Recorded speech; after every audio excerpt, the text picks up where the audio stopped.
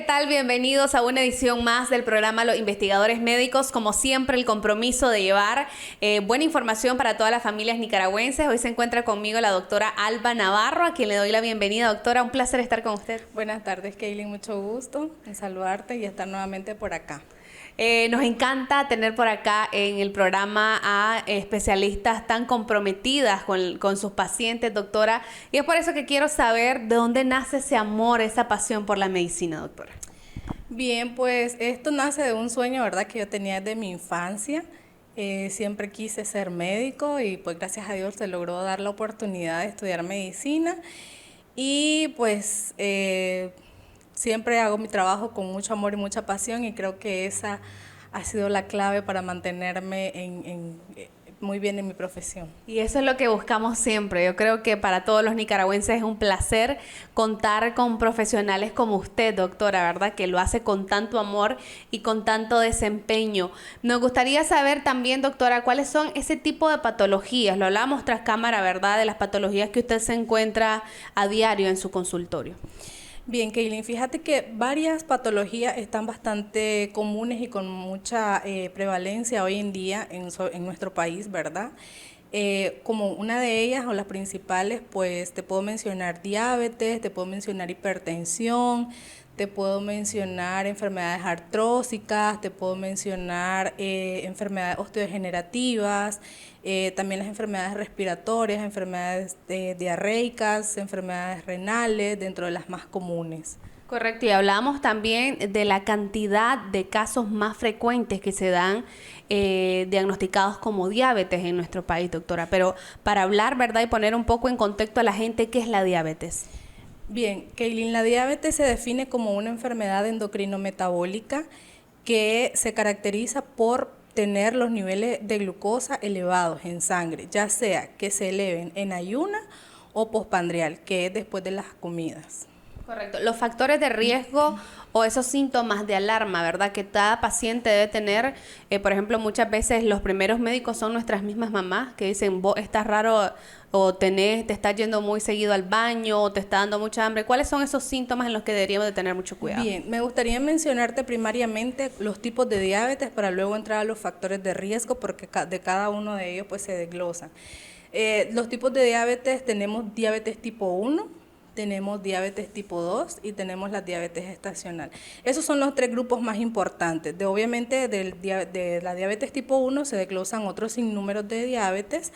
Y bueno, la diabetes tipo 2, que es la que yo le digo es adquirida por los malos hábitos principalmente, y la diabetes gestacional, que es la que se desarrolla durante la gestación, durante el embarazo. Entonces, para todos estos tipos de diabetes existen pues factores de riesgo. Por ejemplo, para diabetes tipo 1 el principal factor de riesgo es el factor genético. La diabetes tipo 1 es una patología con la que el paciente ya nace.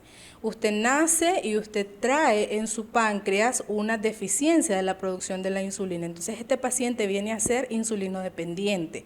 Con la diabetes tipo 2, el paciente adquiere esta enfermedad, esta patología, a través de malos hábitos alimenticios, el sedentarismo, y aquí te menciono los factores de riesgo que son los principales: la mala alimentación, el consumo excesivo de bebidas azucaradas, por ejemplo, el consumo excesivo de alimentos altos en carbohidratos, el sedentarismo, el fumar, el tomar alcohol. Ellos principalmente te pueden producir o te pueden llevar a tener una diabetes tipo 2. Otra cosa que es muy importante mencionar acerca de la fisiopatología de la diabetes es que primariamente el paciente pues tiene la producción de su insulina en el páncreas de forma normal, ¿verdad? Pero pasa algo que es muy común y frecuente en nuestra población, que cuando ya estamos en un grado de sobrepeso, nuestra grasa visceral, nuestra grasa abdominal, va teniendo como repercusión clínica la deficiencia de la función de la insulina. Entonces, tu páncreas normalmente produce insulina, pero no puede penetrar hacia los tejidos y hacer su función adecuada por el exceso de grasa que nosotros tenemos en nuestro organismo. Entonces ahí viene dándose algo que se llama resistencia a la insulina, y entonces el paciente quizá no tiene síntomas francos de niveles elevados de glucosa, pero que a largo plazo pues sí se van a ir viendo, ¿verdad?, poco a poco. Uno de los síntomas principales de la resistencia a la insulina pueden ser signos clínicos como manchitas a nivel del cuello, y esto lo veo bastante común y frecuente en mi consulta, y llegan, te puedo decir, hasta niños de 10, 9 años, 8 años, 11 años, ya con unas manchitas oscuras en sus cuellos, en sus axilas, y la mamita te dice, es que no se baña bien, o es que es la mancha de sol. Y no, esto ya nos está indicando que hay signos de resistencia a la insulina. Entonces vos ves al niño, ¿verdad?, que te llega a la consulta, lo pesas, lo tallas y efectivamente te das cuenta que hay un sobrepeso. Entonces esto va mucho más allá de los síntomas francos o de los síntomas claros que pueden tener un paciente diabético, porque ahora la prevalencia de obesidad está desde la infancia en nuestro país. Entonces no hace falta ser un adulto de 20, 30 años para poder desarrollar esta enfermedad. Dentro de los principales síntomas. Ya hablando de síntomas generales, pues el paciente puede presentar también manifestaciones como dolores de cabeza, insomnios, sensación de vista borrosa o vista oscura, sed excesiva, puede presentar pérdida de peso de manera inexplicable o la sensación de querer tener mucha hambre y no saciar esa hambre. Esos son síntomas de niveles elevados de glucosa. Seguiremos, doctora, hablando muchísimo más de esta patología, así que quiero invitar a todos nuestros amigos televidentes a que estén pendientes, ¿verdad? Vamos a regresar más con esta información, pero vamos a unos mensajes de salud. Ya volvemos.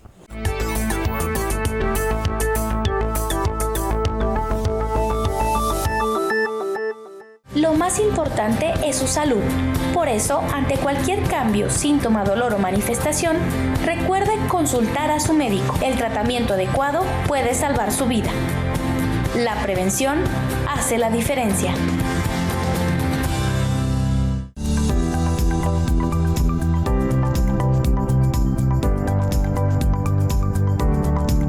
Doctora, ¿qué tan común son las enfermedades como la gripe, las alergias y la influenza en esta época del año? Tenemos que tomar en cuenta que son enfermedades estacionarias y en esta época del año las personas son más susceptibles a contraerlas. ¿Y a qué se debe el aumento de esta y otras enfermedades? Tenemos que tomar en cuenta también el sistema inmune de todas las personas. En estas épocas hemos notado que el sistema inmune disminuye, tanto de niños como de adultos. Y también recordar, doctora, que todavía estamos pues en la pandemia y el COVID existe aún entre las personas y no podemos dejarlo a un lado. Eso es muy importante, Claudia. Hemos visto que muchas personas se han relajado y aún no. El COVID todavía existe y es importante mantener nuestro sistema inmune en óptimas condiciones. Y según las fuentes oficiales, en nuestro país han incrementado los casos de COVID.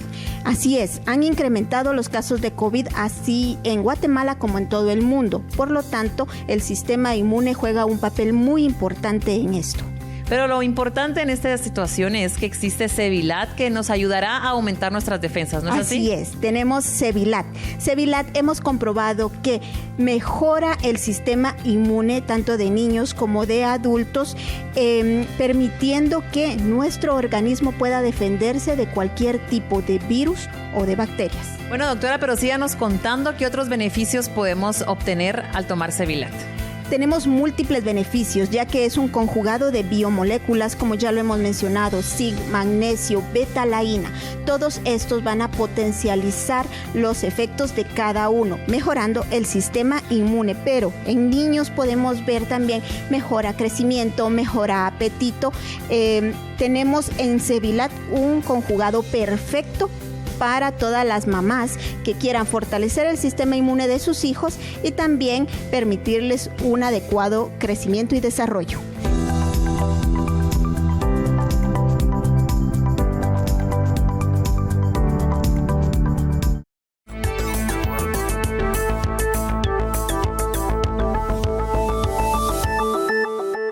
Gracias por seguir con nosotros por acá. Continuamos con la doctora Navarro, que muy puntualmente hablaba, ¿verdad?, de los rangos de edades, porque muchas veces asociamos la diabetes únicamente con las personas adultas, pero bien lo mencionaba, doctora, también se puede dar en menores de edad.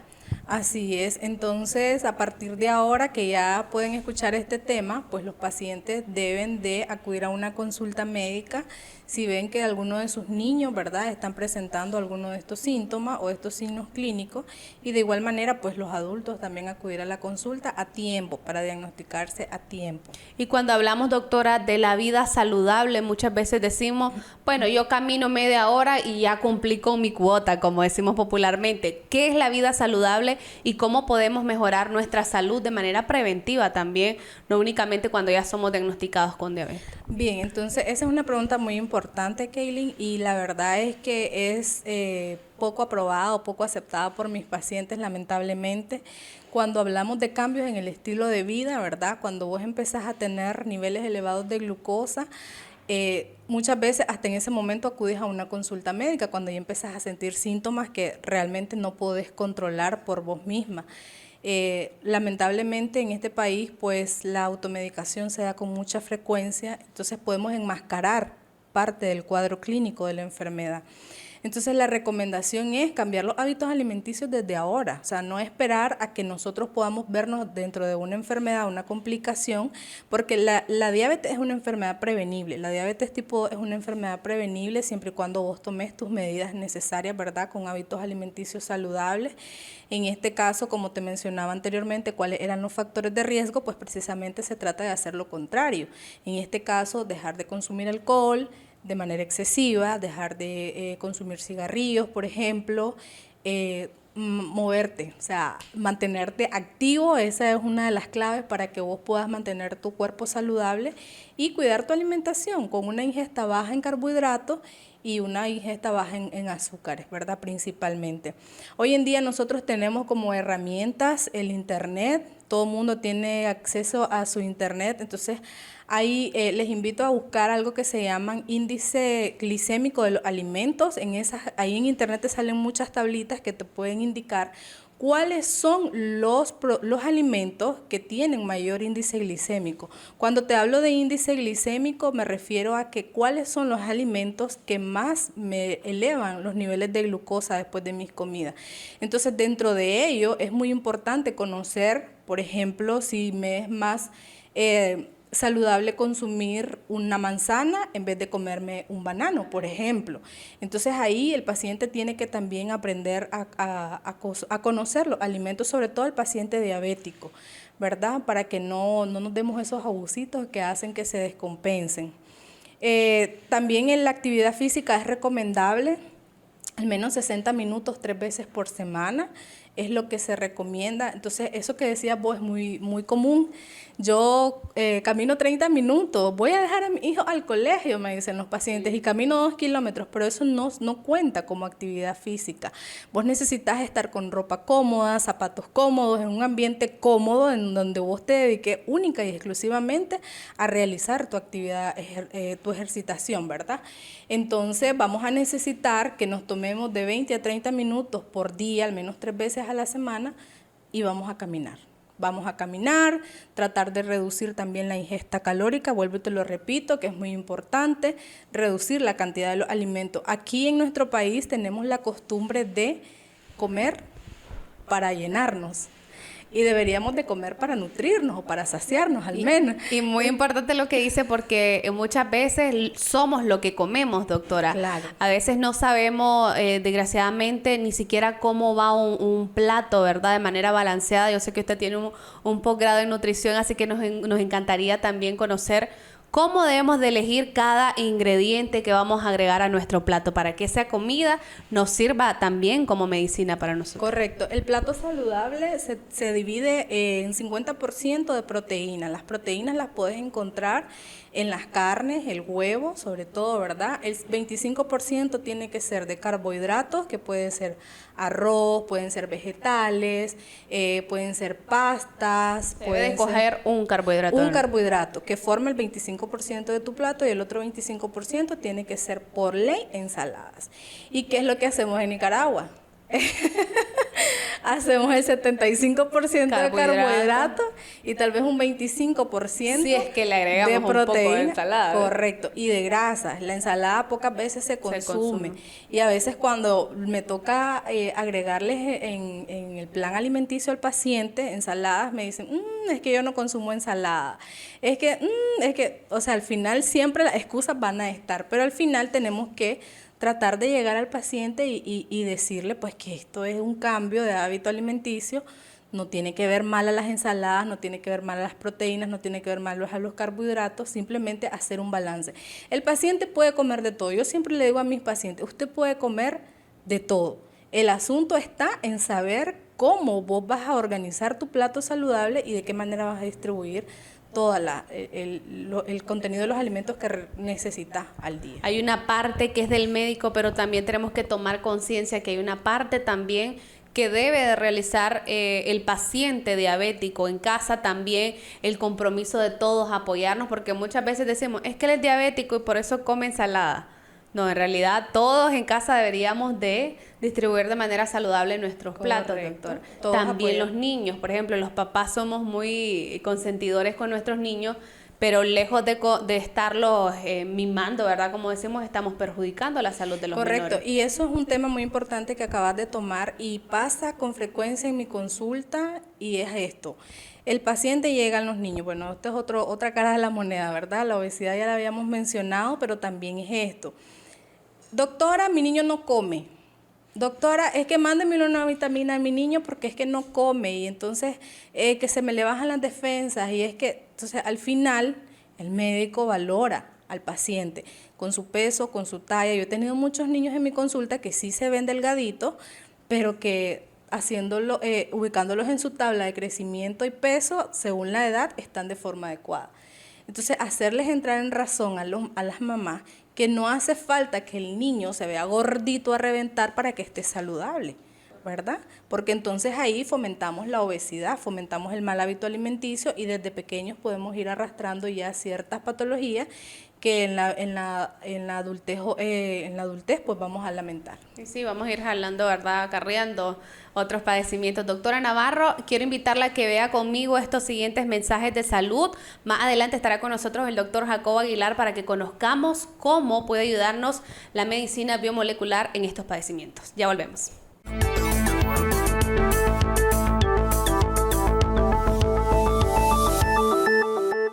Lo más importante es su salud. Por eso, ante cualquier cambio, síntoma, dolor o manifestación, recuerde consultar a su médico. El tratamiento adecuado puede salvar su vida. La prevención hace la diferencia.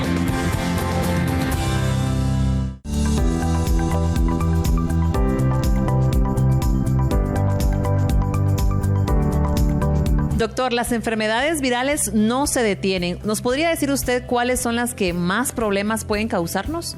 Las que causan más problemas en esta época, sobre todo, son las enfermedades que tienen que ver con el sistema respiratorio superior.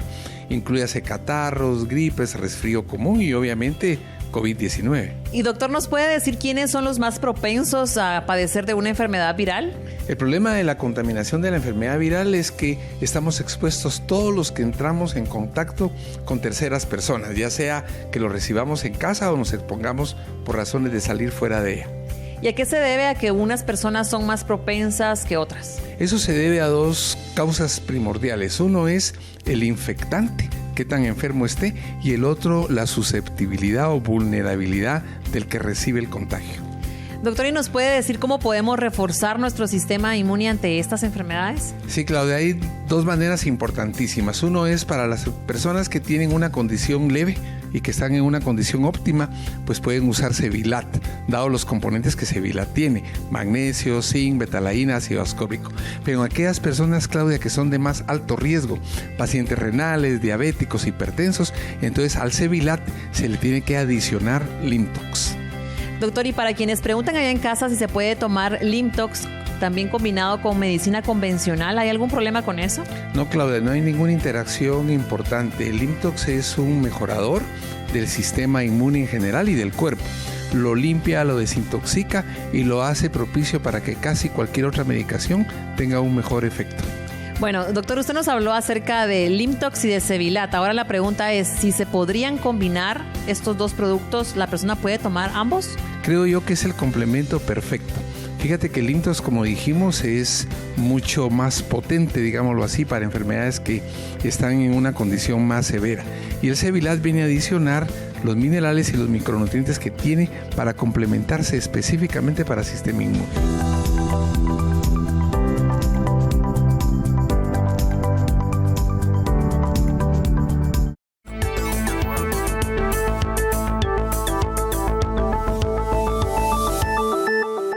Seguimos por acá con información oportuna para todas las familias nicaragüenses y quiero darle la bienvenida al doctor Jacobo Aguilar, que también se une a este conversatorio. Doctor, bienvenido, un placer estar con usted. Kelly, muchas gracias. Aquí también contento contigo llevando toda esta información tan importante y tenerte invitada para que podamos ampliar todo ese conocimiento tan importante al tema que están tocando. Definitivamente la doctora Navarro ha hablado muy bien de la patología de la diabetes, los cuidados que debemos de tener, doctor, pero queremos conocer su experiencia con la medicina biomolecular al tratar este padecimiento, doctora. Sí, me atrevo a decir con toda seguridad, ¿verdad?, que he utilizado y he tenido muy buenos resultados con un producto que se llama Diabesol, en pacientes sobre todo que tienen, empiezan, ¿verdad?, a hacer piquitos elevados de glucosa. Te quiero hablar de un caso muy particular que tengo, ¿verdad?, de un paciente con una glucosa postprandial que llegó por primera vez a mi consulta en una glucosa postprandial de 160 miligramos por decilitros, lo cual está un poco elevado. Y se lo hice de rutina en ayuna y postprandial, y en ambos casos siempre salía en niveles elevados, ¿verdad? Sobrepasaba su nivel normal. Sin embargo, este paciente aparentemente no tenía ningún otro factor de riesgo para diabetes. Hice exámenes de perfiles lipídicos, ácido úrico, porque esta es una enfermedad metabólica que también puede alterar otras sustancias en tu organismo. Pero en este caso pues solamente tenía esos niveles elevados de glucosa. Entonces me atreví a dejarlo con un tratamiento de Diabesol y al mes el paciente ya tenía sus niveles de glucosa en estadios normales. Me hacía glucosas de 100, 110, 108 en ayuna y después de sus comidas a las 2 horas no sobrepasaban los 130. Excelente, es la búsqueda de todo especialista, ¿verdad? Ver a tu paciente saludable, controlar los niveles de azúcar. Doctor, ¿cómo es que lo logra Limtox con los pacientes? Diabesol. Estos mecanismos de los cuales habló la doctora bien de la fisiopatología, de cómo es que se enferma el cuerpo para provocar que ocurra una diabetes, en la cual las células beta estas del páncreas empiezan a fallar, empieza a acumularse el azúcar, empieza a haber estrés oxidativo, empieza a haber resistencia de los tejidos a la insulina. Un producto como el Diabesol tiene oportunidad de contrarrestar esos mecanismos. Fíjate que es tan importante que hoy día estamos muy complacidos porque toda esta investigación que se viene haciendo desde hace tiempo tiene como objetivo anticiparnos, lo que te platicaba, a que hayan complicaciones. Usualmente a veces en medicina nos ha tocado emplear un medicamento, probarlo y con el tiempo vemos que tiene relativa función y que empiezan a haber resistencias. Entonces ya adherimos otro producto. Sin embargo, un producto como Diabesol desde un inicio tiene ya funciones diversas y previene que el mecanismo vaya a dañar otros aspectos del cuerpo y que vayan a provocar una enfermedad que cuando se trate de corregir ya esté avanzado. Así es que hace un efecto como lo que la doctora describió en este momento, de corregir ya la glicemia y de empezar a actuar sobre otras áreas para preservar la función del órgano que está siendo afectado. Doctora, ¿y usted lo ha llevado de manera coadyuvante con su proceso con únicamente diabetes? Con alimentación, cambios en el estilo de vida y la instauración de un tratamiento de Diabesol. Incluso aquí sí me atrevo a decir que me salto las trancas porque la recomendación es que sean 2 cápsulas cada 12 horas. y yo he utilizado una cápsula en pacientes y me ha funcionado muy bien. Inclusive también hasta en pacientes que están empezando un embarazo y andan ya con sus niveles. Usted sabe que el nivel de glucosa en la paciente embarazada pues es un poquito más estricto el nivel que en un paciente normal, que no esté embarazado. Y pues también me ha dado muy buenos resultados. Y lo que más me agrada del efecto de Diabesol es que los resultados son a corto plazo. Corto plazo, te estoy hablando de un mes. Y en algunas ocasiones, pues, no todos los medicamentos lamentablemente te dan una efectividad o una respuesta tan rápida. Muchas veces el médico tiene que ir probando, y esto es así con todos los medicamentos, vamos probando con esta dosis, probamos con la otra y así sucesivamente, hasta inclusive llegar a incrementar las terapias a doble o a triples terapias para poder controlar el nivel de glucosa en un paciente. La apertura que deben de tener los médicos, ¿verdad? Para poder tener esta respuesta inmediata para sus pacientes con diabetes, doctor. Así es. Hoy tuvimos oportunidad de platicar contigo acerca de la delfinidina, ahora que nos preguntabas de los componentes, y establecer cómo es una biomolécula que tiene acciones bien precisas para disminuir la resistencia tisular a la insulina, para ayudar a algunos receptores y algunos transportadores a hacer el efecto de que cuando uno come, este efecto que se llama incretina, que se sacíe el apetito y se absorbe mejor la glucosa que está a nivel intestinal, como el riñón es un favorecedor de que no se pierda mucho azúcar, y el Diabesol, a través de sus componentes, hace que el riñón ya no haga eso, que en lugar de retener azúcar la logre eliminar. Ayuda a que no haya neuropatía periférica. Tiene un componente que se llama ácido alfa lipoico, que a ti te ha de agradar. Mencionaba en una reunión que un presidente de una asociación muy importante decía: la adhesión del ácido alfa lipoico al Diabesol es fabuloso, porque hay muy pocas cosas que uno puede hacer cuando ya una neuropatía está establecida, que es lo que hablamos de esa afección de los vasos pequeños y grandes en las extremidades inferiores, de que sea objeto de pie diabético, de amputación. Así es que sí, me alegra mucho lo que expresas acerca de Diabesol, y esto que decía de saltarse las trancas es bueno.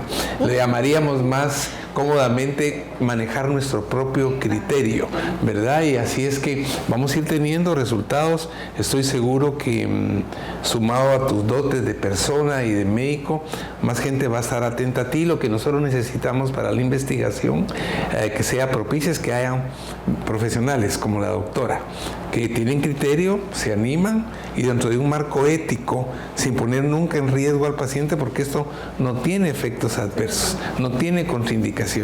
Sé que a ti te gusta siempre preguntar si se puede usar a la par de otras medicinas, si se puede hacer. Es verdad, doctora, tú has de tener ahí mucha experiencia en ese sentido. Tengo un caso particular de una paciente que recientemente llegó a mi consulta con una descompensación de su glicemia, ¿verdad? Por unos abusitos que se dio en la alimentación, que ella ya tiene una terapia instaurada, una terapia doble instaurada, usa metformina con glibenclamida combinada, ¿verdad? Una tableta al día, y pues sus niveles de glucosa siempre han estado estables. Sin embargo, vine yo y hice exámenes porque nosotros tenemos que investigar cuál es la causa de la descompensación de esta paciente. En este caso, si el paciente asegura que su medicamento, que ha sido puntual con la toma de su medicamento, entonces debemos investigar si tenemos algún foco infeccioso, por ejemplo, porque estos pacientes, recordemos que también su sistema inmunológico pues está un poco deprimido, y entonces fácilmente pueden adquirir cualquier infección y pudieran agravarse hasta el punto de llegar a una complicación. Entonces realicé exámenes, pero sus niveles de glóbulos blancos, esto estaba bien, no habían síntomas aparentes de infección. Entonces me quedé con el abusito de los alimentos y simplemente le hice una combinación de Diabesol con su pastilla, con su terapia oral que ella ya tenía instaurada. Y la paciente llegó a los 2 días después del tratamiento, porque eso sí me gusta darles el seguimiento así de forma cercana para ver y evitarnos pues cualquier reacción secundaria de algún medicamento, etcétera, o de la combinación, y pues ya sus niveles de glucosa ya estaban en valores óptimos. Entonces, sí, es una cosa maravillosa. Les queremos agradecer, doctor, por todo este conocimiento, ¿verdad? Usted también, doctora Alba Navarro, por acompañarnos en esta edición. Sin duda, recuerden, es importante la medicina preventiva, debemos de cuidarnos y los médicos tener la apertura a estos nuevos apoyos, ¿verdad?, con la medicina biomolecular. De esta manera finalizamos el programa del día de hoy, pero te queremos invitar a que estés pendiente siempre de los programas de los investigadores médicos.